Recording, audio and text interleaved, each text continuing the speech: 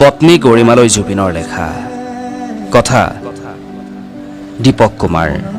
পাঠ ৰিয়াঞ্জ্যোতি শৰ্মা গৰিমা তুমি কিয় কান্দি আছা থেত আকৰিজনী তুমিচোন জানাই মই যে আকাশত উৰি ভাল পাওঁ আৰু সাগৰৰ তলিত শুই ভাল পাওঁ জ্যোতি বিষ্ণু আৰু ভূপেন মামাই কৈছে মই হেনো সৰগৰ সভালৈ আহিব লাগে আৰু কৈছে কৰ্মত লাগি লাগি মই হেনো নিজকে পাহৰি গৈছোঁ মই বোলে ক্ষীণাইছোঁ ভূপেন মামাই কৈছে মোক বহুত গালি পাৰিছে কিয় জানানে মই যে মঞ্চত গান গাই কেতিয়াবা শুই যাওঁ মোক যে তেতিয়া কোনোৱে মদাহী বুলি কয় তেতিয়া বোলে তেওঁলোকে বৰ লাজ পায় গৰিমা মই শুনিছোঁ আমাৰ ঘৰৰ সন্মুখত হেনো লোকাৰণ্য হৈছে সেইবোৰ কোন জানানে ক'বলৈ বেয়া যদিও কওঁ শুনা সেইবোৰ জুবিন পাগল সিহঁতে মোৰ দৰে কাকো খাতিৰ নকৰে মোৰ দৰে সিহঁতৰ কোনো জাতি নাই কোনো ধৰ্ম নাই পাৰিলে সিহঁতক বুজাবা গালি নাপাৰিবা দেই নহ'লে মই বৰ দুখ পাম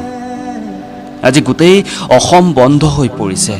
গাড়ী মটৰ দোকান পোহাৰ স্কুল কলেজ সকলো মোক পাগল আৰু মদাহী বুলি গালি পৰা সকলেও আজি মোৰ ফটোখন চাই চাই কান্দিছে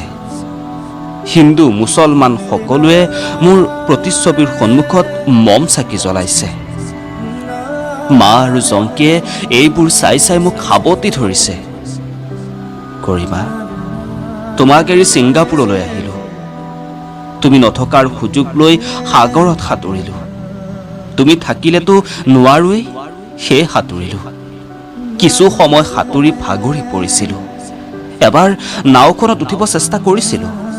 কিন্তু নোৱাৰিলোঁ পৰি গ'লোঁ পানীত মই বন্ধুকেইজনক মাতিছিলোঁ সম্ভৱতঃ সিহঁতে নুশুনিলে